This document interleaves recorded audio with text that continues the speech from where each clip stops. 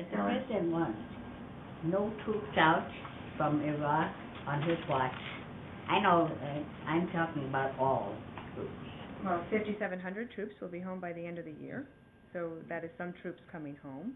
The President said that troop levels are going to be made by commanders on the ground, and we're going to have to talk about return on success. Why should the American people have a say? The American people have had a say. They elected a president who is their commander-in-chief and is making decisions based on what his commanders on the ground are telling him. You think that was the vote from the American people? They elected a commander-in-chief, and the president is bringing home 5,700 troops based on the recommendations of his commanders on the ground, and based on return on success.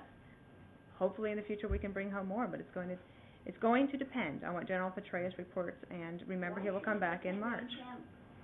Because he's the commander on the ground, Helen. He's the one who is making sure that the situation is moving. How many more people we kill? Helen, I find it really unfortunate that you use your front row position bestowed upon you by your colleagues to make such statements. It is an honor and a privilege to be in the briefing room, and to suggest that we, at the United States, are killing innocent people is just absurd and very offensive. Do you know how many we have since the start of the war? How many?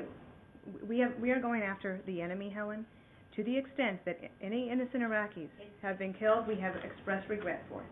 Well, regret? It doesn't bring back a life. Helen, we are in a war zone, and our military works extremely hard to make sure that everyone has the opportunity for liberty and freedom and democracy, and that is exactly what they're doing. I'm going to move on. Okay, now, two questions. You heard the question that I addressed to Ambassador Dowell.